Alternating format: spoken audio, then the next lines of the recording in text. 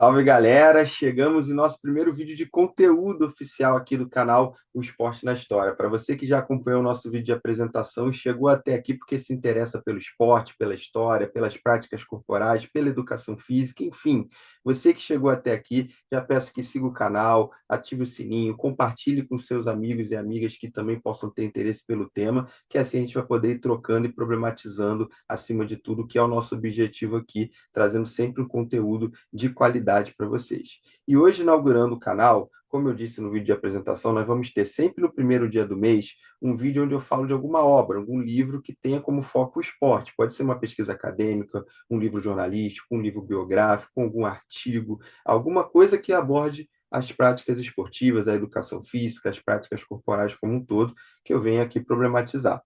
E no dia 15, ou seja, todo mês, no dia 15, a gente tem o segundo vídeo do canal, que é uma entrevista. Uma entrevista com alguém também inserido no campo esportivo. Normalmente vão ser pesquisadores, mas podem ser jornalistas, podem ser atletas de alguma modalidade, pode ser algum treinador, enfim, alguém que tenha também alguma experiência profissional, experiência de vida com a questão do esporte. Então, hoje nós vamos iniciar com um vídeo que aborda um livro escrito por mim. Irei iniciar o projeto com o meu livro chamada A Invenção do Profissionalismo no Futebol, Tensões e Efeitos no Rio de Janeiro, 1933 a 41, e na Colômbia, 1948 a 54. Esse livro aqui é fruto da minha pesquisa de mestrado, que eu defendi em 2016 no programa de História Comparada da Universidade Federal do Rio de Janeiro. E tal como hoje, nos vídeos seguintes que nós vamos abordar as obras, os livros, esses vídeos vão ter uma média de 5 a 10 minutos. Hoje talvez passe um pouquinho mais por essa apresentação que eu realizei agora, mas a maior parte desses vídeos nós vamos falar de maneira introdutória sobre os livros ou artigos aqui problematizados. É mais uma apresentação da obra que possa assim incitar em você, ouvinte, que está aqui assistindo, o interesse em, quem sabe, adquirir, ler e levar adiante o conteúdo que esses livros passam. E nesse livro aqui, especificamente, foi meu projeto de mestrado, na minha trajetória eu tive um caminho, né, de investigar um pouco do futebol e do esporte na Colômbia desde a graduação. Iniciei com a publicação de um outro livro, Eldorado, que foi minha monografia de graduação realizada na UERJ, que falava sobre a profissionalização do futebol na Colômbia. O livro que eu estou citando, inclusive, é esse aqui, ó.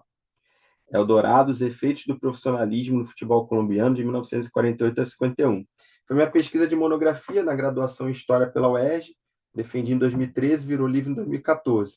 E já em 2014 iniciei o mestrado para pesquisar em História Comparada a profissionalização do futebol no Brasil e na Colômbia. De cara, nos primeiros congressos e seminários que eu participei, identifiquei que falar do profissionalismo no Brasil era algo muito amplo, porque o Brasil, não só pelas dimensões continentais que tem, teve vários processos dentro do seu caminhar que geraram a profissionalização do futebol. E é até por isso eu recortei o meu objeto do Brasil para o caso específico do Rio de Janeiro, e junto com o professor Caio Lucas Moraes Pinheiro, hoje professor da UES, Universidade Estadual do Ceará, nós organizamos esse livro aqui, ó,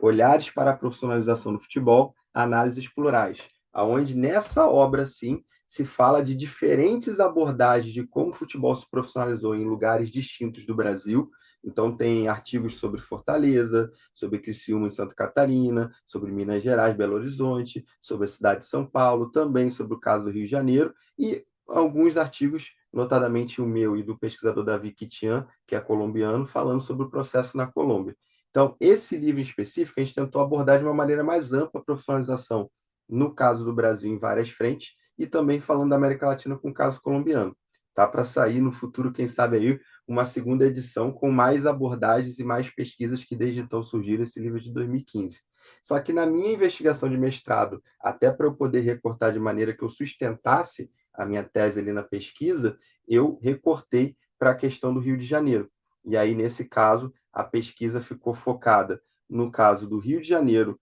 ao analisar o Brasil, e a Colômbia, eu cheguei à conclusão com as minhas fontes que era possível sim falar de um processo de profissionalização a nível nacional uniformizado, que foi a partir de 1948. O que a gente pode falar é que essa pesquisa aqui, de 1933 a 41, o Rio de Janeiro passou por um processo de profissionalismo que também era um processo que estava acontecendo em âmbito nacional em outras cidades, em outras capitais, como a própria cidade de São Paulo. Então, é um processo que já se inicia a profissionalização do Brasil no futebol na década anterior, mas a partir de 33 tem um foco maior, principalmente quando a gente fala do período do chamado dissídio esportivo, onde diferentes elites, diferentes grupos começaram a rivalizar para ver quem ia ter o poder dentro da CBD, que era a Confederação Brasileira de Desportos, na época, a principal mantenedora não só do futebol, como de outras modalidades esportivas a nível nacional. E nesse contexto, essa disputa de elites que estavam ali, de dirigentes querendo se colocar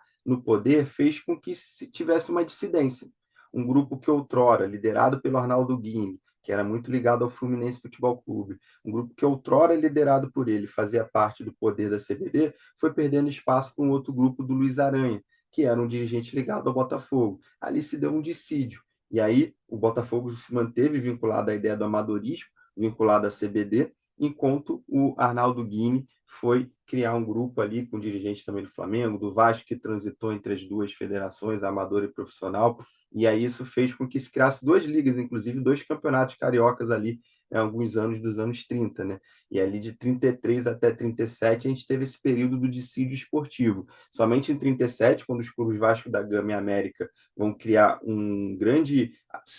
acordo de paz, né, para tentar vincular as duas ligas, que a gente tem definitivamente o fim desse período de divisão entre amadores e profissionais, e ali se consolida de fato o profissionalismo no futebol carioca, consequentemente também em outros lugares do Brasil, com a anuência e chancela do governo Vargas, que naquele contexto tinha toda uma influência política ali prevalecendo durante seu governo, né? Então, essa parte da profissionalização do futebol no Brasil, que, repito, começou um processo lento, com amadorismo marrom, que era aquele processo que os jogadores recebiam dinheiro, mesmo no período amador, lá nos anos 20, vai perdurar até os anos 30, quando se tem já um início desse dissídio, que aí é uma disputa de dirigentes também, mas com um caminho sem volta, que é a profissionalização do futebol, que se vincula a uma ideia de espetacularização, até de vinculação do esporte como capitalismo, que já vinha acontecendo também em outros países, como os vizinhos Argentina e Uruguai, e que no Brasil começou a partir desse contexto. Mas, se a gente analisa o caso colombiano, a gente vê que a Colômbia teve uma profissionalização mais tardia, somente a partir de 1948.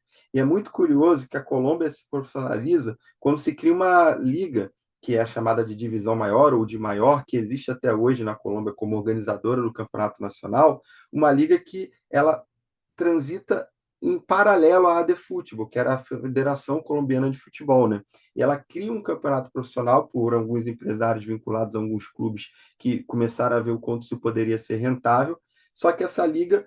com o passar do tempo, e logo de 1948 para 49, ela é colocada na ilegalidade. Óbvio que com a leitura do livro vocês vão poder aprofundar esse debate, mas essa ilegalidade vem porque os times começam a contratar jogadores de outros países, inclusive da Argentina, que os jogadores em 48 passaram por uma greve dos atletas e muitos deles estavam insatisfeitos com a situação lá de criar um teto salarial, era um contexto ali no governo Perón na Argentina que gerou uma situação conturbada com os atletas de futebol, e os clubes colombianos, se aproveitando disso, começaram a contratar esses jogadores sem pagar por seus passes. É como se eu hoje fosse um dirigente do Real Madrid, chegasse em algum clube brasileiro, contratasse o atleta só oferecendo um salário muito maior do que o que ele ganha no Brasil, mas sem ir lá no clube comprar o passe dele. E esse jogador vinha para jogar no Real Madrid para ganhar muito mais. Só que nessa época quem estava fazendo isso eram Milionários, era o Independente de Santa Fé, era o Júnior de Barranquilla,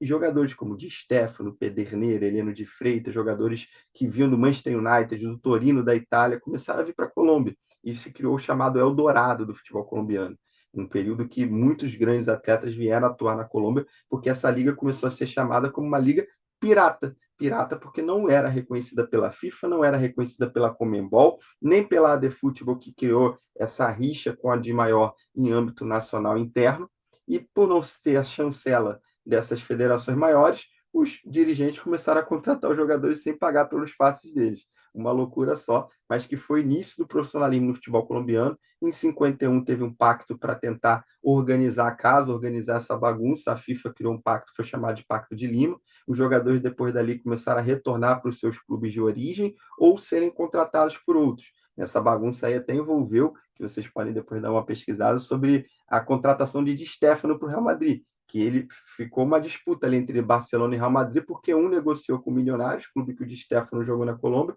outro negociou com o River Plate, que era o clube que o Di Stéfano tinha contrato antes de vir jogar na Liga Pirata Colombiana. Enfim, uma bagunça só que a FIFA tentou arrumar. De 51 a 54 foi o tempo estabelecido para os clubes devolver os jogadores que estavam ilegais na Colômbia, e posteriormente disso, a de maior continuou sendo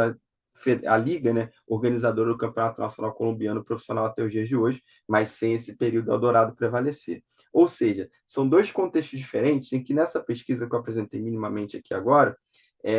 nós conseguimos abordar dentro da pesquisa, né, eu consegui trazer um olhar que problematizava como que foi esses processos de profissionalização. Cheguei à conclusão que no Brasil foi um processo muito mais heterogêneo, por isso que teve vários processos, eu abordei de forma mais específica o caso do Rio de Janeiro, e na Colômbia foi um processo mais nacional e tardio, que, de certa maneira, fortaleceu a identidade nacional colombiana no primeiro momento pelo futebol, a partir dos jogadores estrangeiros, diferente do caso do Brasil, que com a unificação do profissionalismo a partir de 1937, criou-se uma unidade no futebol nacional para que o Brasil tivesse a primeira grande seleção na Copa do Mundo de 38, já que em 34, devido a essas disputas entre amadores e profissionais, e em 30, na primeira Copa, devido às disputas entre Rio e São Paulo, as federações estaduais, o Brasil não conseguiu ter bons desempenhos na Copa do Mundo. Em 38, já com essa unificação do profissionalismo, se fortalece essa identidade nacional, muito com interesse também do governo Vargas ali no olhar nacionalista sobre isso, e o Brasil vai com força máxima, tendo disputado e feito uma boa Copa,